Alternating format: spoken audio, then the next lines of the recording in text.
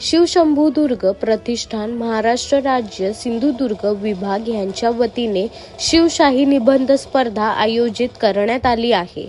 शिवजन्मोत्सव 2025 चे औचित्य साधून शिवशंभूदुर्ग प्रतिष्ठान महाराष्ट्र राज्य आयोजित शिवशाही निबंध स्पर्धा मुक्काम पोस्ट सिंधुनगरी आयोजित करण्यात आली आहे.